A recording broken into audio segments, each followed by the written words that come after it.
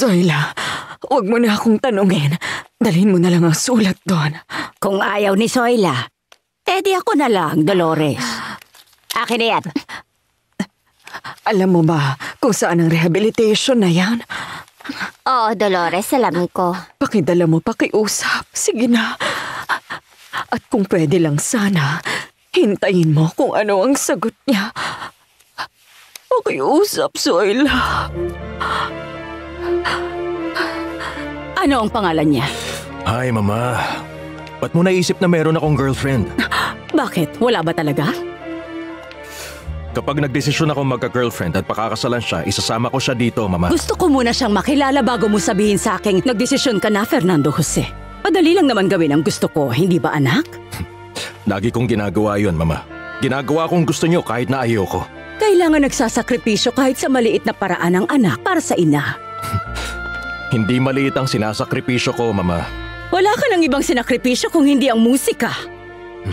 Nag-aral ka lang ng law para maging katulad ng ama mo at palitan siya. Kailangan mong pahalagahan ang pagkamatay niya at ituloy ang nasimulan niya. Yun lang ang tungkulin mo. Wala nang iba, anak. Dahil ang pagkamatay ni Jose Fernando, naipaghiganti na. Dahil 20 taon nang nakakulong ang pumatay sa kanya.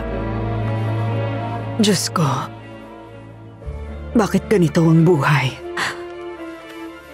Bakit yun pang lalaking yun ang nagustuhan ni Rosalinda? Kailangan ko siyang kausapin na hindi yun pwede. Hindi sila pwedeng magkatuluyan. Hindi pwede.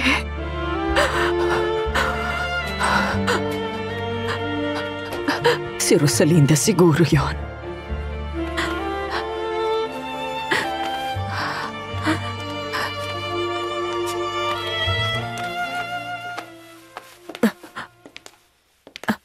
Ikaw ba yan, Rosalinda?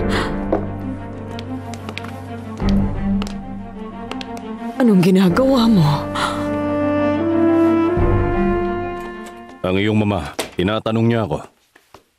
Ako rin, kinausap niya kanina. Gusto niyang malaman kung sino ang girlfriend mo. Ganon din sa akin. Yan din ang tinanong niya. At anong sinabi mo? Umiwas na lang ako sa tanong. Sinabi kong wala. Kailangan ko munang sabihin sa kanya bago ako mag-decide kung gusto ko na magka-girlfriend?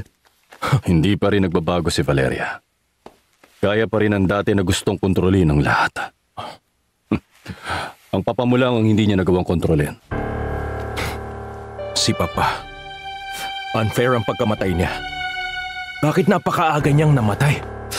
Alam ko na matalino siya, malusog, maraming kayamanan at successful. At saka matinong tao siya na may napakabuting kalooban. Pambihira!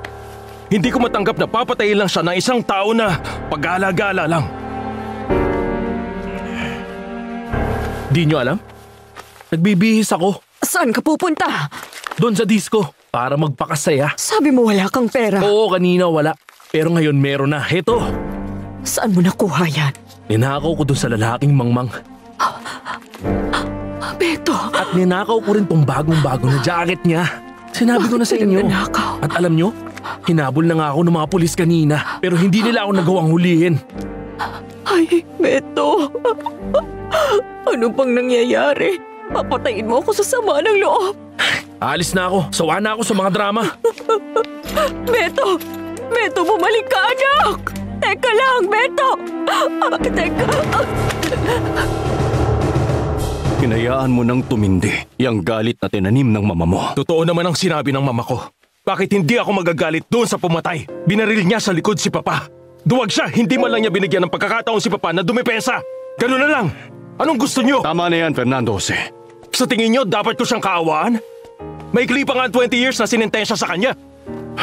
Maikli pa para sa'yo. 25 years na siyang nakulong. Dapat habang buhay na siya sa bilangguan. Yung sana makakalaya lang siya kapag patay na siya. Nakakalungkot. Hindi ako makapaniwalang nakikita kong puno ng galit ang puso mo. Hindi ka ganyan, Fernando Jose. Dahil isa kang mabuting tao.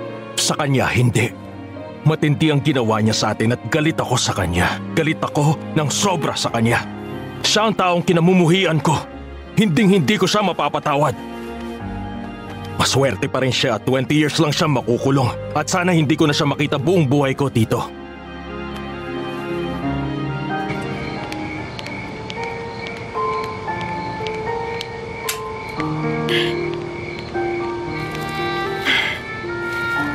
Maraming salamat, mahal na Birhen. Salamat sa pagmamahal ni Fernando Jose.